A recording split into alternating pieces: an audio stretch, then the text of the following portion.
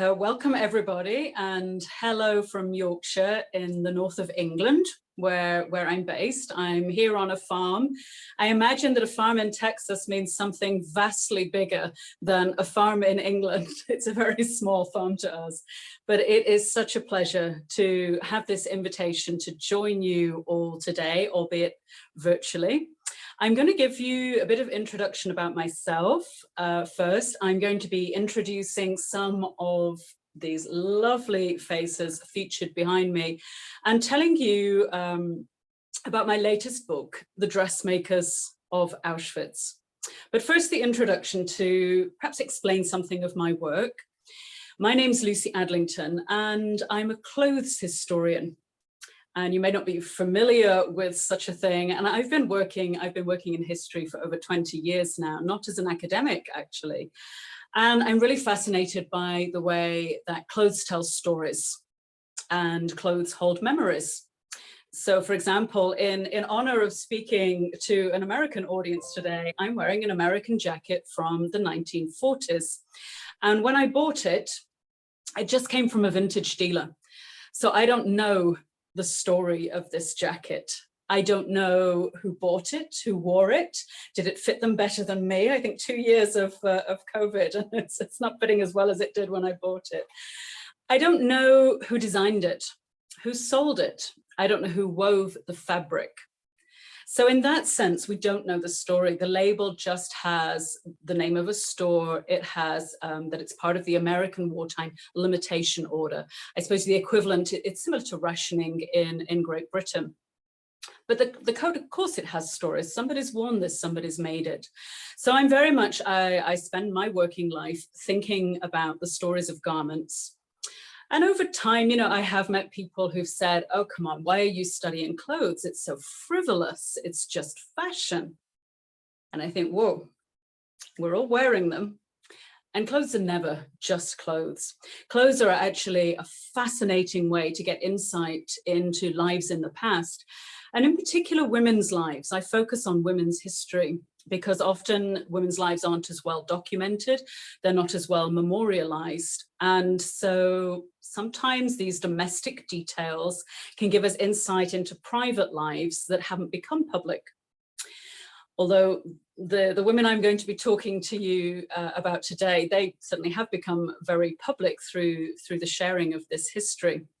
So I've been working in clothes history for over 20 years. I've been writing, I've been lecturing. I have a collection of garments spanning, goes back to the 17th century now. I love my job. Essentially, I love the way that learning about clothes can connect us, but I'm also fascinated by how garments can give details of technology. Of course, the fibers, the processes, excuse me, for manufacturing them and distributing them. And that brings us to transport and trade links, which can be global. And then there's the sense of human exploration. You need the right clothes to expand your habitats, expand your environment, whether it's going to the North Pole or into orbit. You have to have the right clothes. But clothes also, they're really humanizing. When we get dressed, we put on these layers, and they're intimate. You know, they're next to our skin. They pick up our body oils, as it's called. We leave an imprint on our clothes, or in my case, I usually spill something. But clothes are very public. They send messages. They send messages sometimes deliberately, how we want to appear. They send messages about status, about gender, about culture, about so much. So yes, I find clothes incredibly compelling, but combined with that, I have an interest in fragments, I suppose you could say. I began my academic life in English literature, which was wonderful. That sense of storytelling is very much part of the work I do. But as postgraduate work, I got introduced to the idea of using history and archaeology and literature all together. That sense that material culture and documentation can provide really interesting sources. And I was supposed to be studying, as an undergraduate, I was supposed to be studying tragedy. So think, you know, ancient Greek plays, Shakespearean tragedies. But what drew me instead were the fragments. And in many cases, I found myself coming again and again back to fragments of Holocaust survivors and Holocaust victims, how to salvage fragments of lost lives and lost stories and lost voices.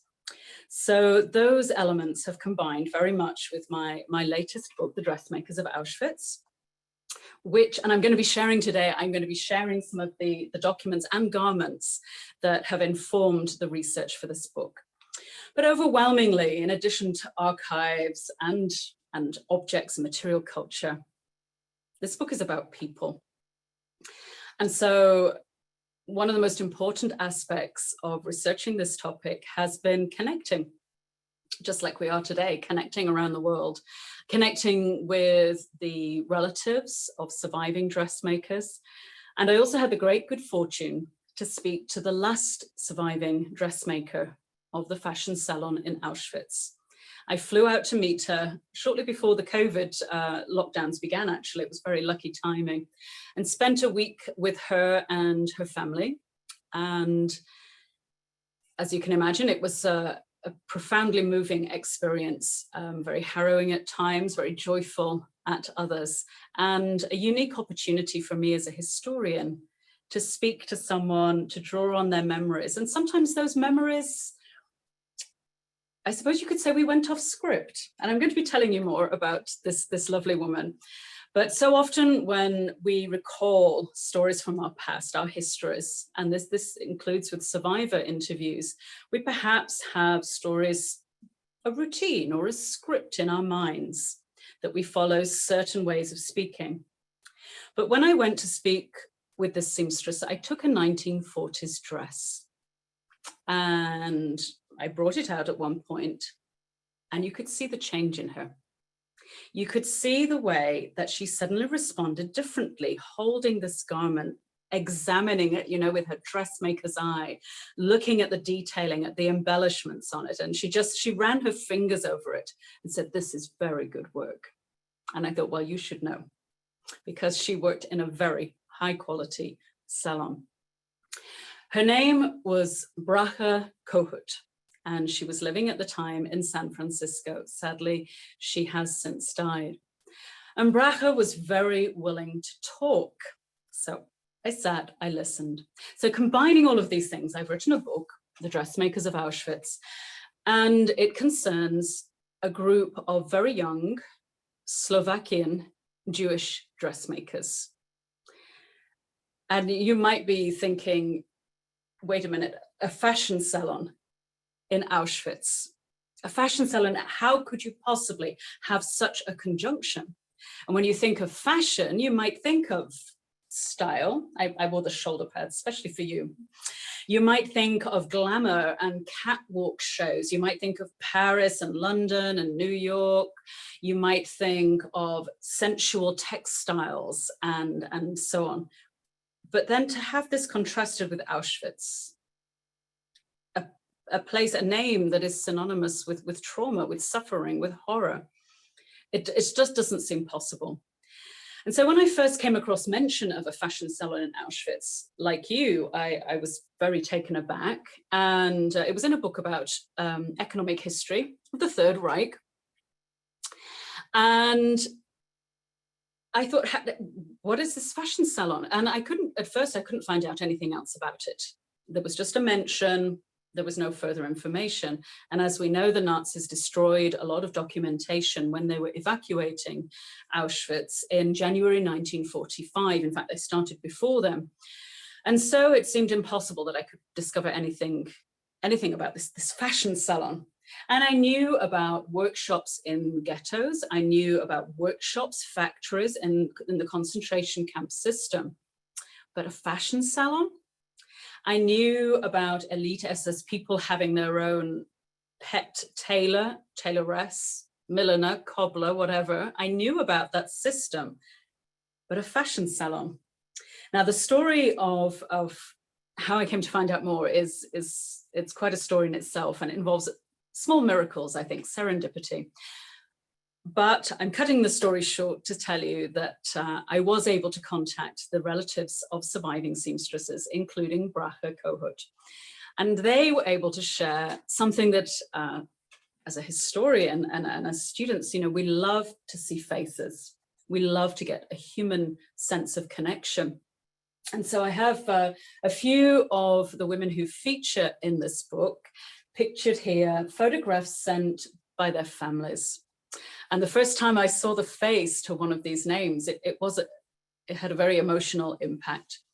So I'll introduce you first of all to the first photograph I saw, and this is Marta Fuchs. Marta was born in Hungary, but she moved into Czechoslovakia and she opened her own dressmaking salon because she was a very talented cutter. Now, you may have people who are very good at tailoring dressmaking in your family, in your acquaintances. And my grandmother was a dressmaker. She was the sort of talent where she could look at a garment and in her mind's eye, deconstruct it and draw out a pattern on newspaper. That was it. Use the pattern to make up a garment. Well, Marta had this sort of talent, and she ran her own dressmaking salon in Bratislava in what becomes Slovakia, little knowing that she would eventually become head of the fashion salon in Auschwitz. An extraordinary disconnect, an extraordinary change. So Marta was very young at 25, but the other women working, and I shall introduce them to you as we go on, they were much younger. And these women were part of the very first official Jewish transports, Ackerman organized transports into Auschwitz, and the first women, Jewish women prisoners in Auschwitz. And so they had quite an extraordinary length of time to endure. In fact, when I spoke to Mrs. Kohut, the last surviving seamstress, she said that she spent 1,000 days in Auschwitz. She said, and each of these 1,000 days, I could have died 1,000 times. The main reason that she didn't die, it's thanks to Marta Fuchs. And as you may learn in the book, if you read it, and I'll tell you a little bit about it today, Marta used her position as a relatively privileged prisoner in Auschwitz. She used her position not only to give herself a better chance of survival, but to save lives. So although this history is a history of revolting greed and plunder and just insatiable coveting on the part of the SS and the Nazis, it is also a story of great humanity and great compassion, and above all, female friendship. It is incredibly heartening how Marta set the example to bring women into this fashion salon, which it became a haven, a relative haven within the horrors of Auschwitz-Birkenau. And there were a core of 25 young women, mainly Slovakian women, friends and relatives of Marta and their friends and relatives. But also there were at least 2 members of the French resistance who were in there. And the story of how they came to be there is quite fascinating in itself. But I will concentrate on these young Slovak women at first. But all told, through research, I think that about 40 women, 40 women, passed through this fashion salon, under the aegis of Marta. And again, it did give them a better chance of survival, because here was a place. Well, do you know, I'm skipping ahead of myself. Let me introduce you to some more of these young women. And of course, I need to explain how there came to be a fashion salon in Auschwitz. But first, let me introduce you to Bracha. If you can see the photograph here, this is Bracha as a young woman. So she was the last surviving seamstress of the salon. Here's Bracha Berkovich, as she was then, with her sister Katka. And here's Bracha's best friend, Irene Reichenberg.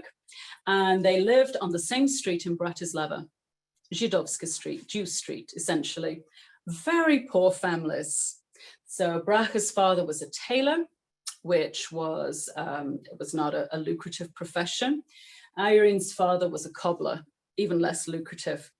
And things became even more difficult for their families in Bratislava when the pro-fascist government in Slovakia decided to follow Nazi policies, anti-Semitic policies, and excluded Jewish people from carrying out their profession. So Marta could no longer run a salon. Bracha's father could no longer work as a tailor. His business was stolen from him. Irene's father couldn't work as a cobbler at that time.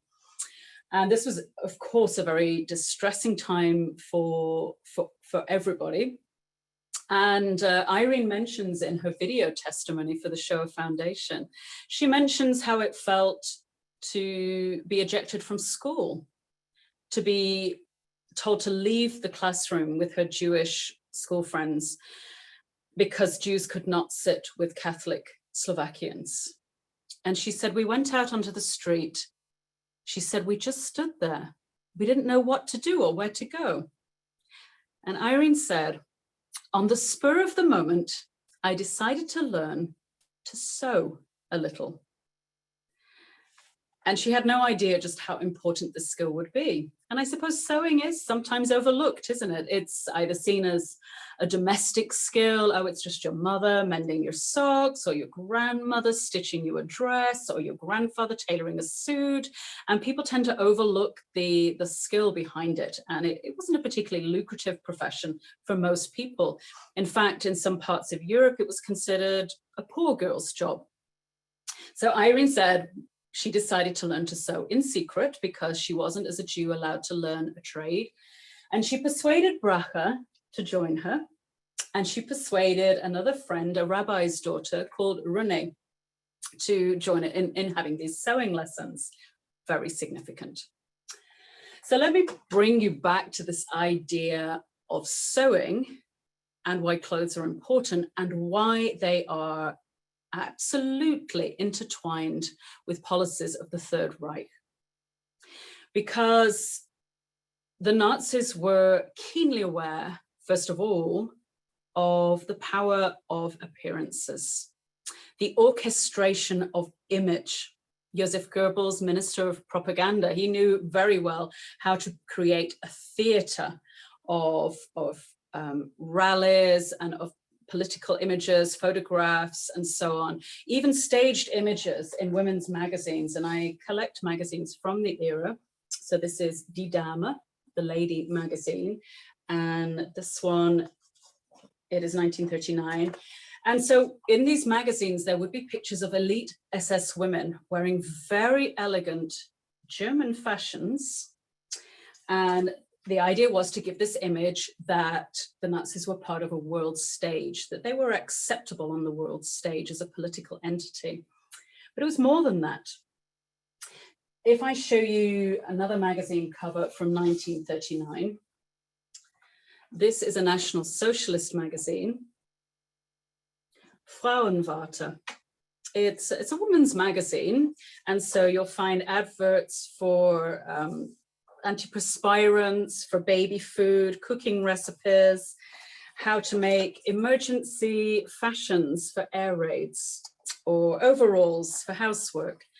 And yet the cover has a very strong, very emphatic image of masculinity in the Third Reich in this year. It's a male with an impassive face. He's in uniform, and there is no sense of humanity here. It's stalwart, it's bold. And in contrast, the images of women who are to be either the Hausfrau, the housewives, very thrifty with the aprons, or glamorous women such as the elite SS. I don't know why I flicked my hair. Sorry about that. Not glamorous. But here's Die Mode magazine from November 1942. It has so many fashions, most of which are unobtainable for the average German citizen, because Germany goes on into a war footing and because of shortages caused by war. But these styles of magazines were exactly the magazines that were in the fashion salon in Auschwitz. And the clients would browse these magazines, pick out what they wanted to have made, some elegant gowns perhaps, and then it was Marta's job with a team of seamstresses to create these gowns. They made children's clothes, they made day wear, they made clothes that one of the dressmakers said the clients could not have imagined in their wildest dreams. So think evening gowns for wearing to elegant dinners, to music concerts, and to soirees and so on. So who were these clients? Well, I'll get to that. But I still need to continue with this idea of how Nazi policies linked with the fashion trade. And in 1933, just a few weeks after Hitler came to power, a group of businessmen met in a beer cellar in Berlin and set up a federation. The acronym for this federation was ADEFA, ADEFA. So I'm going to show you a garment now from my collection, which links with ADEFA. And I think it's testament to how material culture, in this case textiles, can have incredible impact and hold incredible meaning. So this is a dress in apple green crepe, floral crepe, very light, very fluid, very nice for September weather. And you might think, well, that's very pretty. What does this have to do with the Nazis? What does this have to do with a fashion salon in Auschwitz? Well, the dress dates by its styling to about 1939. And it also gives clues to the German economy at this time.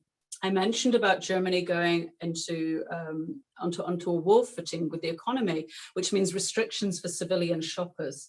And so this dress is actually quite skimpy. There is a very narrow rolled hem, very narrow seams, very minimal decoration, a bit of fluting and a bit of shearing. And this dress to me speaks thrift. You know, it's a nice dress, but it's not flamboyant. And if I can show you a document to go with that, just to emphasize this point, by now, even paper is in short supply. So even in 1939, and dressmaking patterns from magazines, women's magazines, instead of having many sheets of tissue paper with pattern pieces on, we have this. This is one sheet of light paper. It is printed on both sides with the pattern pieces required for 22 different garments. So just have a look at all the overlayering. It takes extraordinary skill to decipher a garment like this. But already we're seeing thrift economy, shortages. But there's more to that dress than meets the eye. We look at the label. The label on the dress has the ADEFA logo, ADEFA. In English, the German writing reads, German Aryan Federation of Clothing and Textile Manufacturers. German Aryan. ADEFA is a federation of businessmen set up with the aim of excluding Jews from the garment trade, the garment and textile trade in Germany, to make it Judenfrei, Jew-free, eliminating Jews from the trade. They want to do this out of bigotry, of course, anti-Semitism, but mainly out of greed, pure greed, because there is so much Jewish capital and Jewish talent within the fashion and garment trade, whether that's in manufacturing, in wholesale retail, in the wonderful department stores or the small boutiques. These businessmen want it for themselves. And so over the course of the following 6 to 7 years, they follow policies absolutely hand in glove with the Nazi regime to exclude Jews. And they do this through theft, through bullying, through forced immigration, and through sending messages to consumers that parallel the Nazi bullying tactics of don't buy from Jews. I'm sure you've all seen the imagery from the boycotts beginning in April 1933. And this really hits home for just your everyday people in Germany.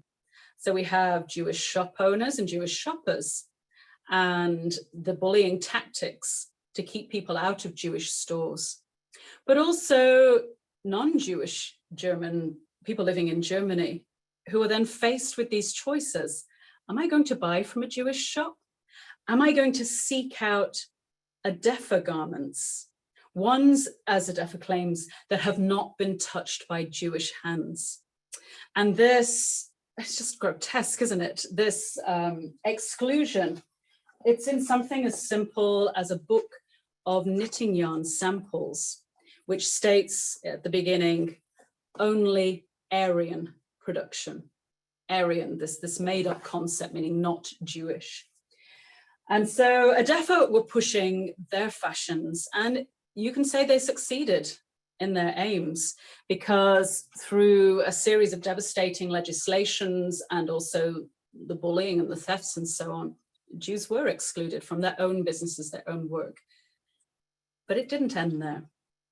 And just to continue this theme of rendering the textile trade Jew-free and yet exploiting Jewish labor, may I introduce you to this young woman here. If you can see this photograph behind me, she is featured in the book. There are many photographs in the book. Her name is Hunia Volkman. And she was born in Slovakia, a little town near the High Tatras Mountains, but decided that after 7 years apprenticeship, she wanted to go and flex her dressmaking talents in a big city. And she didn't go to Bratislava like Marta Fuchs. She moved to Leipzig in Germany. She fell in love, she got married, she opened her own salon, she dressed the elite of Leipzig. Jews, non-Jews, they all loved her clothes. But she was witness to the growing persecution of Jewish people in Germany. And of course, she appreciated the implications of the Nuremberg laws and the ever increasing economic restrictions on Jewish life, as well as the social restrictions in the city. Eventually, she had to close her salon. She was Jewish, she wasn't allowed to run it. And she was put to work in the fur trade in Leipzig. It was a huge part of Leipzig's economy. And she was put reconditioning fur coats and fur items for the German Wehrmacht, who were moving to the Eastern Front. They needed warm clothes. These fur coats were stolen, on the whole, from Jewish people. There was nothing voluntary about having to give up your furs to be reconditioned. And the work Hunia was doing was not voluntary either, it was forced labor. Because the Nazis, having rendered the textile and garment industries, which were a massive part of the economy, massive part of the labor force, they rendered them Jew-free and found they didn't have the labor. And so in their mindset, the logical step was to use Jewish labor, but you don't have to pay for it, or you pay a subsistence level. Hunia was a very spirited woman, and you can read in the book how she defied all of the persecution, how she continued to help fellow Jewish people in Leipzig. But when her turn came, she had no choice but to she was rounded up essentially for deportation. She was on the last train of Jews from Leipzig. And I read a paper about this train, this deportation, and it said, there are no known survivors from this last transport. Well, I beg to differ, because Hunia Volkman was a survivor. How did she survive? Luck, of course, as for all survivors, but thanks to Marta Fuchs. Hunia was one of those who was able to get work in the fashion salon, but I'm skipping ahead still. So once the textile trade had been rendered Jew-free, once the Nazis had realized, we can concentrate Jewish people into ghettos, into camps, and use their labor, then we see this huge surge in ghetto factories and in concentration camp factories. And this is for making uniforms and for making multitudes of things. But from my point of view as a clothes historian, making uniforms, making footwear, but making civilian clothes. In occupied Poland, ghettos are sending civilian fashions back to Germany for these so-called Aryans to wear. Aryans who've been told, don't buy from Jews, don't wear clothes that Jews have contaminated, are wearing clothes made by Jews. Jews who are working in return for soup, for life. And there are no labels on these clothes saying Jews make these in the ghetto? Of course not. The hypocrisy is just grotesque. So there is, by the time Marta comes to run a fashion salon in Auschwitz, there is most certainly an intertwining of Nazi anti-Semitism and Nazi greed. That sense, if you want something, take it. And one person who was very happy to go along with this greed and entitlement is a woman named Hedwig Höss. And it has been fascinating researching this book to look at the clients of the Auschwitz fashion salon, to look at the perpetrators. And Hedwig Höss married Rudolf Höss, who began his concentration camp career in Dachau. And Hedwig was there with him, with her new family at the camp. And he moved to Sachsenhausen near Berlin, and Hedwig moved there with her family. And then Rudolf Höss was made first commandant of Auschwitz concentration camp. Hedwig moved there too. And she lived, the commandant's house is next to the main camp. You can still see the building. It was stolen from a Jewish family, from a Polish family, forgive me, Polish Christian family. And the house was filled with furniture stolen from businesses and homes in occupied Poland. It was hung with artwork stolen from people in occupied Poland. And the wardrobes and the drawers were filled with clothes, many of them stolen. The garden was created, and it became a paradise, Hedwig called it, created by prisoner labor. And it was only natural that Hedwig, who'd grown up with this sense of, well, I want it, I can have it. You know, the Jews are not human beings to me, in her mindset. It was only inevitable that she should start looking to Jewish labor for housework and childcare and clothing. And so when the first transports of Jewish women arrived in Auschwitz, amongst them these young women here, it was inevitable that Hedwig would select young women to come and work for her. And one day she said she needed some furs upcycling, and Marta Fuchs was working in the commandant's household, looking after the children, as it happened, the commandant's children. And she said, I can do that. She said, I can make this fur garment. And Marta was put into the attic. And this is where the genesis of the fashion salon comes, because Marta thought, well, you know, I have a good position here. I've got the opportunity with help from the prisoners working in the kitchen. I can get extra food, give it to my friends, but I could save someone from hard labor. Because when these young women arrived in Auschwitz, they were put to quarrying and house demolition and swamp clearance, even building the gas chambers in Birkenau with their bare hands.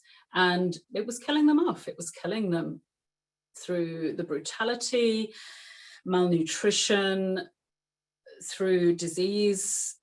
The survival rate for these Slovakian women, the first arrivals, was not high. But Marta was very canny, as we say in the north of England, very clever. And she kept saying, well, I need more help to make all these clothes. And one by one, she was able to bring other prisoners from the camp. And eventually other SS wives who were stationed at Auschwitz with their men, the mass murderers, they said, well, why do you get such lovely clothes, Hedwig? We want to wear beautiful clothes too. They were envious. And so Hedwig in 1942 established the fashion salon. And that's how it comes, through greed, through vanity, through entitlement, because she can. The fashion salon was set up in the SS administration block. There was a room for the sewing, mainly done by hand and by daylight. There were bars on the window, needless to say. And then there was the fitting room. This is mainly where Marta worked with clients. Her clients were, of course, Hedwig Höss, who used to bring her children in. The children would play with the seamstresses while their mother was having a fitting. And again, this forces you to think, you know, the interaction between the Jewish inmates and the Nazi clients. And people sometimes say, you know, were the clients kind? No. Katka, who is pictured here, said, we were not human to them. We were dogs, they were the masters. So even though they're working in such intimate conditions, you know, tape measures and fittings and, you know, that relationship that a dressmaker has with a client, utterly perverted by the fact that the Nazis could not see these women as human. And of course, we all know what is happening outside the walls of the salon. And one more thing that I should say about clothes that I haven't touched on chronologically, but every arrival, every trainload of deportees to Auschwitz was stripped on arrival. This wasn't really for hygiene. There was no practical reason for them being stripped in public brutally. It was a deliberate tactic because clothes give us dignity and clothes give us identity. And so to have your clothes taken away brutally in public, it is deliberately designed to humiliate and to dehumanize. It was very much part of the Nazi concentration camp policy. Furthermore, of course, hair was shaved, the whole body was shaved, and your name was taken away. You were given a number. But what's really crucial and something that impacted, you know, I really felt the impact of this, writing this history, is that these women never forgot their names. They never lost their sense of humanity, even though they suffered appalling trauma, appalling deprivation. They witnessed such death, such suffering. They felt despair, but they kept their humanity because of their bonds of friendship. So many of them from the same town, from the same street, they were connected by marriage. They reminded each other daily who they were as people, even if they were naked, even if they were in filthy prison uniforms, lorded over by SS in magnificent uniforms. They always kept their humanity.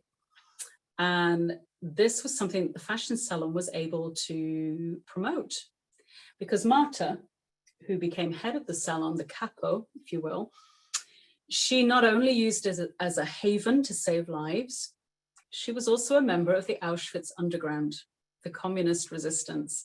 And you can read in the book how she had links through her work. She was able to use her connections in the commandant's villa, in the SS administration building, throughout the camp, to smuggle information out of the camp, into the camp, to help prisoners as best she could with food and medicine.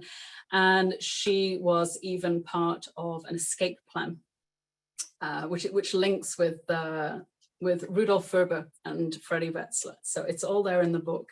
Extraordinary to hear and to know that every small act of kindness was an act of resistance. Staying alive was an act of resistance.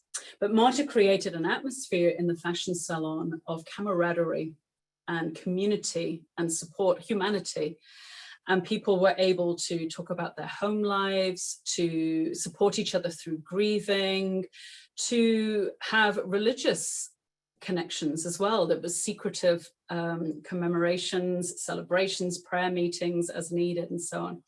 And they kept their sense of character. I mean, I wish I had time to tell you so many stories, particularly about Hunya, who eventually came to the salon after a very hard time in Birkenau. Just the defiance, and that, you know, there are moments which you can read about where they have interactions with the SS clients and just think, how dare you even do that? So the SS clients were the women, the SS women in Auschwitz, but there was also a big black order book. And this order book had the names, and I quote, of the very highest names in Berlin as clients. But such was the popularity of their sewing, they were coveted so much, the gowns they made, there was a 6-month waiting list for Berlin SS women. So I could tell you so much more. I wish I had time, but I'm going to show you one final garment before I'm done, and I hope you have some questions, or if you'd like to contact me afterwards. Believe me, I could talk for weeks about this, and I'm so pleased that this history and these women's lives and achievements, their heroism and friendship, is reaching such a wide audience. You know, this book is now, it's going to be available in 22 different languages. including Slovakian. And it's become a bestseller, clearly because people are so interested in hearing these women's stories, which is amazing. So let me show you one more garment that links with this history. And it is the most precious item in my collection. I don't want to give too much away about what happens to the dressmakers, because I'm hoping you will get this book from your library or buy it. I'm hoping that you will read for yourself, but I'm going to let you know now. Hunya survives. I mean, she's just remarkable. Wait till you hear what she's like when she comes up against the liberating Russian army. Hunya survived and made it to Israel, well, the British Mandate of Palestine as was, and she went to stay with family in Tel Aviv. And Hunya, like many of the other survivors, when she was able to make her way back home to Slovakia, one of the first things she did was look for a sewing machine, because these women needed to continue using their skills, not to sew to survive in the sense of escaping death in the gas chamber, but in the sense of sewing to survive as they rebuilt their lives, as they tried to fill the absences of murdered loved ones, as they sewed for themselves, their friends, their wedding outfits, children's clothes, that sense of beginning again. And in the long decades after the war, the friendship that had been formed in the salon, it did not falter. And the bonds that were created there continued throughout these women's lives as they carried physical and mental trauma into even their optimistic new lives. So it was very important to me to continue the story long after liberation. So Hunya was sewing in Tel Aviv for the very elegant boutiques and so on in Tel Aviv, but she also sewed for her family. And she upcycled, if you can call it that, a dress that she had for her niece, Gila. And at this time in Israel, there's still quite a lot of austerity and shortages as this new state builds itself. And so she made a dress into a suit, and here is the suit. So if you can see, it's a very smart jacket with a stylish pleated skirt, all in a very, very modern geometric pattern. And as Hunya sat and sewed in the family apartment in Tel Aviv, she told stories of her life in Slovakia before the war, of her time in Leipzig, of her time in Auschwitz, of her time in the fashion salon. And it was very important for Hunya that her friends in the salon were remembered. And she wrote a very short testimony herself in German, which is in a San Francisco archive, in which she lists the names of some of her friends from the salon who were shot attempting to escape. And she said that she wrote this down so that their names would not be forgotten. So she was talking about all of these people. And as she sewed, her niece Gila wrote the stories down and created a memoir, which in the 1950s in Israel, you know, it wasn't the time for people to be looking to the past. People said, you know, we have a new country to build. And I was very fortunate to be able to access this Hebrew memoir as part of crafting this history. And so every word in the book is true. It is all taken from testimonies, interviews, and documentary evidence and so on. And although I couldn't put this in the book, you can see it now. Very much evidence of a woman's skill and of a woman's survival. And you won't find a label in the back giving this dress's history, but it most certainly has a story to tell. So thank you very much for letting me share some elements of this history. And as Hunya said, for helping me ensure that their names are not forgotten. So thank you from me, and I will welcome any questions, anything else I can let you know. Thank you. Thank you, Lucy. That was lovely. There's a question in the chat about the dress that you showed, the surviving dressmaker. She was wondering if you had a picture of it, the 1920s dress. Not with me right now. If you email me, I will send you a picture. It was sort of brick red crepe, if that makes sense. You can feel the texture, and it was embellished with a lot of white beading, and with a sash. I sometimes wear it actually. It actually fits, and it has a sort of sash that goes round to create a peplum effect at the back. So in some ways, you know, a regular 1940s dress, but I don't know the particular story of it. And to my knowledge, there is no clothes survive from this salon. And even if we did, even if they survived, we wouldn't know. They don't have labels. So I can't show you now, sorry, but email me if you really want to see the picture. Okay, and I did put the contact link for your website in the chat along with Thank your you. website itself. There are some comments about a wonderful presentation, rich in history. Thank you for sharing with us. Thank you for this very rich history, very, very good. Fascinating, thank you. That's very kind, thank you. I am not seeing any questions at this time. Okay, well, normally we have quite a flurry, but that's all right. I think it's quite a lot to take in, really, the whole subject.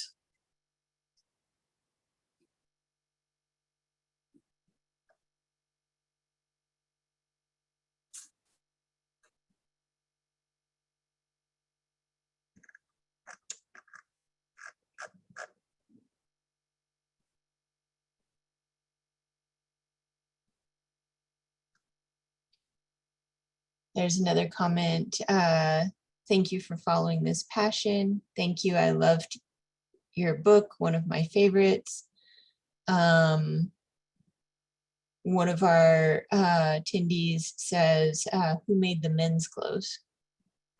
So although I focus on women's history particularly, yes, of course, I do follow testimonies, accounts, and evidence for men's tailoring, menswear, and so on. There is ample evidence that male inmates were co-opted into tailoring and so on for the SS men in camp and for capos and other privileged prisoners. It wasn't the focus of this particular book because the story hadn't been told and this female perspective hadn't been told in the same way, but absolutely there were many men who, in a similar way to these women, were able to survive through their tailoring skills, even through knitting and so on. So all credit to them for having their skills. In fact, even Irene's father, who was a shoemaker, he was taken to one of the camps in Slovakia and he was put to making boots and shoes for the fascists in that camp. And he actually survived the war because of that skill. So like father, like daughter.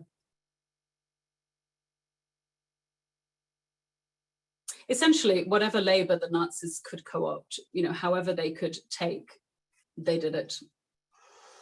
Dr. Patterson. I haven't even begun to talk. I haven't even mentioned the plunder of clothing and so on, and the reuse of murdered people's clothing. Any more questions? Yes, there are a couple more. Dr. Patterson has a question he would like to ask.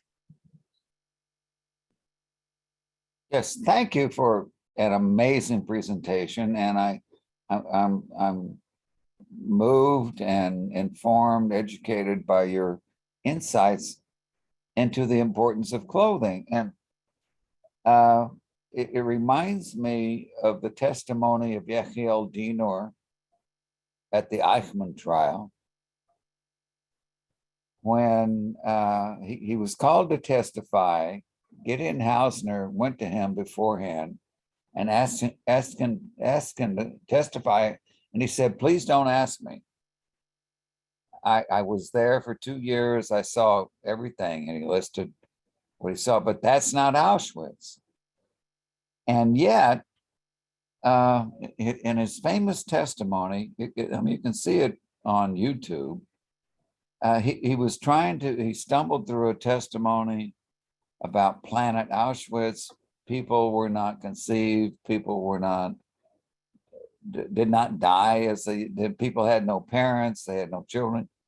And finally, Hausner brought him and showed him the dress of the prisoner. And he looked at the dress and he said, "Yes, they did not dress there as we dress here. This is the dress of the people of the planet. And he tried to go on, then he collapsed. Yeah. Uh, I think clothing can, and sometimes smells as well, or music, it yes. accesses part of our emotional memory. I think also famous at the Ackerman trial was the holding up of a shoe, a child's shoe, and that came to embody the emptiness and the loss. Very powerful, yeah. Yad Vashem too. The exhibit with just one child's shoe. Yeah, and I think it's a very powerful way of reaching people. Perhaps one reason this story has resonated with people is that we are all wearing the clothes, we all feel them, we all think, well, who made them? And it's incredibly, that sense of connection, that humanity, common humanity. Well, just one more thing. There's a story, there's a short story about a Jew who happened to come by a garment that was made of pieces of clothing from survivors. And he wore the garment, somehow the memories swept over. They become totems, don't they? And they get a kind of cultural magic to them. I spend my life looking into these stories and seeing how clothing resonates and what people save and what they don't save, and how a simple garment such as Hunya's suit, if you didn't know anything about it, you just think, well, it's just a suit. But when you know who made it, and you're so right. And I just want to say one more word of thanks, that you refer to the scent. And people who have lost loved ones will hold their clothing and smell their clothing. So anyway, let me just say thank you. That's all. Thank you so much. I appreciate it. And thank you for the opportunity to talk. We do have 3 more questions. Okay, because I was just going to start talking about that a lot of these women worked in the plunder warehouses in Auschwitz, sorting through the clothes, and they found clothes of their loved ones. And you did just have that moment of connection, which is one of the hardest things to read about, to learn about emotionally, to think that that's all that's left. And the clothes mean those family members have been murdered. Apologies, let's have the questions.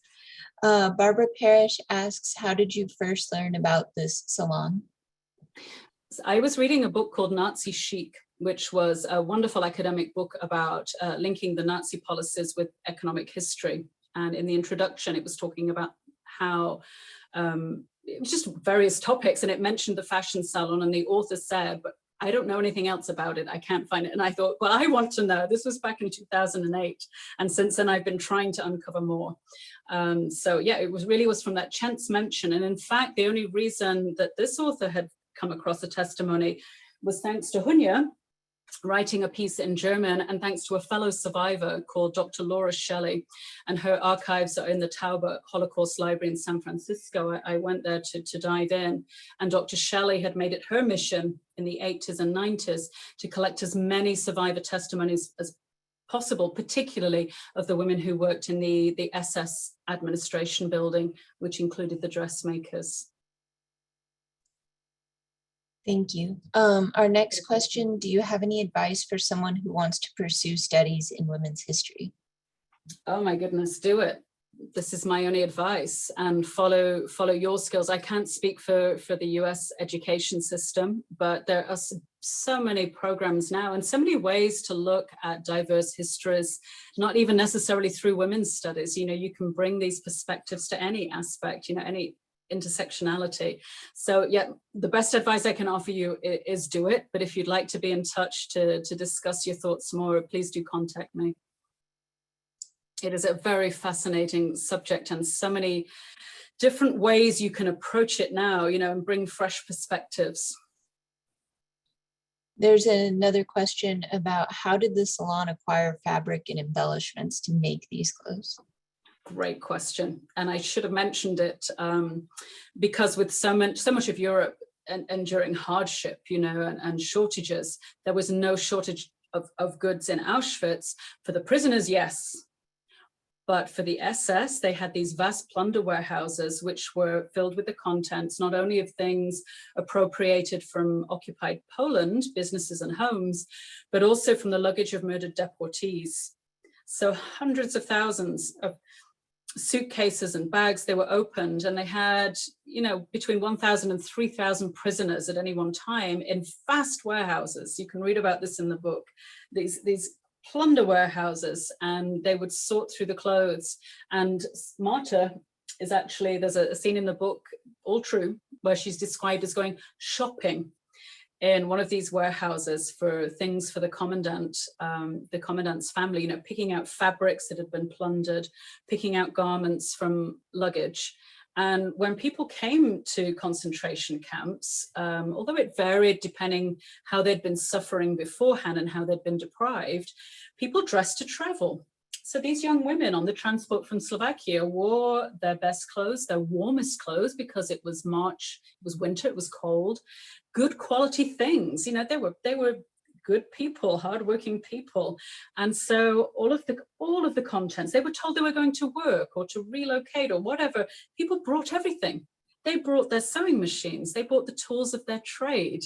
And whatever didn't arrive in Auschwitz in the luggage was brought to Auschwitz. It was this big, like an ogre's hoard of goods that were stolen from Jewish businesses and from Polish Christian businesses and so on. And so the SS had their pick. Technically, they weren't supposed to take anything. Get it. They took what they wanted. And the commandant's family, no less than anybody else.